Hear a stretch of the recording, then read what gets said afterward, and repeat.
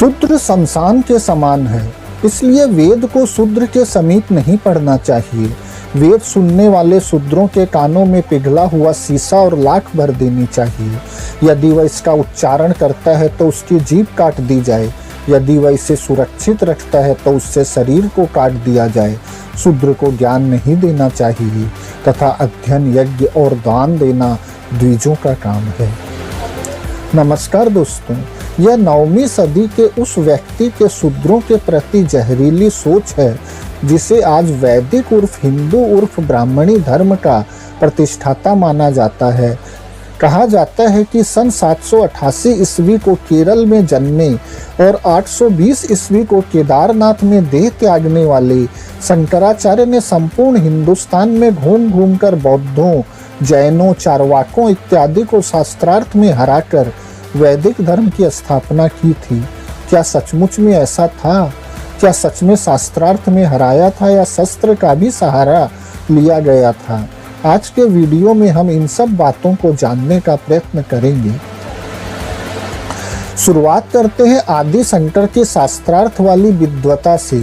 13वीं से 15वीं शताब्दी के बीच में माधवाचार्य ने आदि शंकर की जीवनी पर शंकर दिग्विजय भाष्य लिखा था, जो सबसे ज्यादा प्रामाणिक माना जाता है, जिसमें उन्होंने बताया कि कुमारिल भट्ट, जो कि शंकर का साथी था, राजा सुधन्वा को अपने विश्वास में ले लिया था।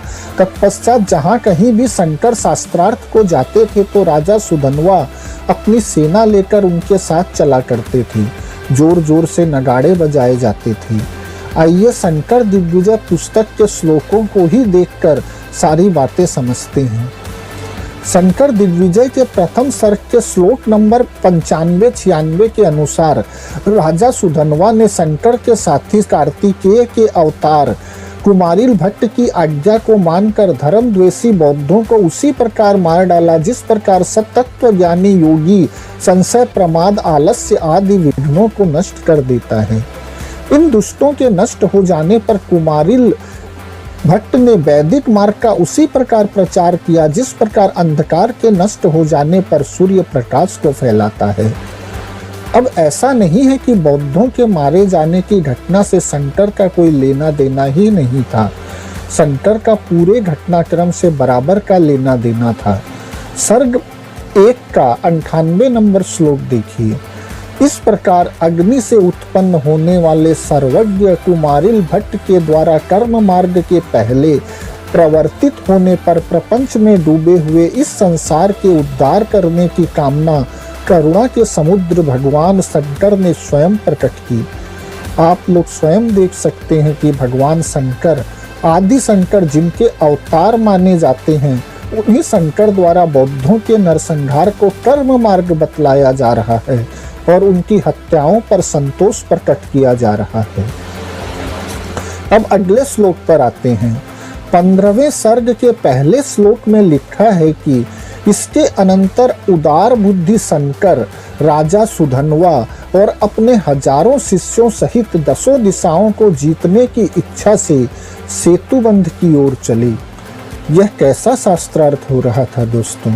अगर स्वयं राजा भी साथ चले तो निश्चय ही उसकी सेना या राजा के सुरक्षा कर्मी वगैरह तो साथ होंगे ही और हजारों शिष्यों का जमावड़ा तो साथ है ही।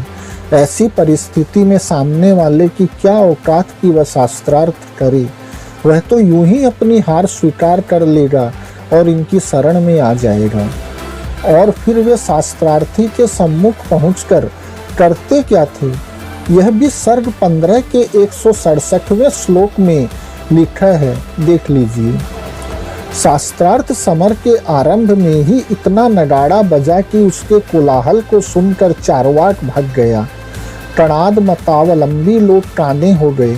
सांख्यवादियों ने युद्ध न करने का निर्णय किया। युद्ध करने आए चारवाक आदि के साथ योग मत के मानने वाले भी भाग खड़े हुए। क्या उस समय शंकर ऐसे शास्त्रार्थ कर रहे थे? वह शास्त्रार्थ हो रहा था या साक्षात गुंडागर्दी हो रही थी? जहाँ शास्त्र से जीत मिलती है तो ठीक है, वरना तो शस्त्र तैयार है ही। आगे और भी कैसे कैसे अत्याचार हुए इसी 15वें सर्ग के 170वें श्लोक में देखिए। युद्ध में कतिपय वैदिक योद्धाओं को आचार्य ने हाथ पकड़कर खींच लिया। चार्वाक आदि दार्शनिकों को बलात् मार डाला।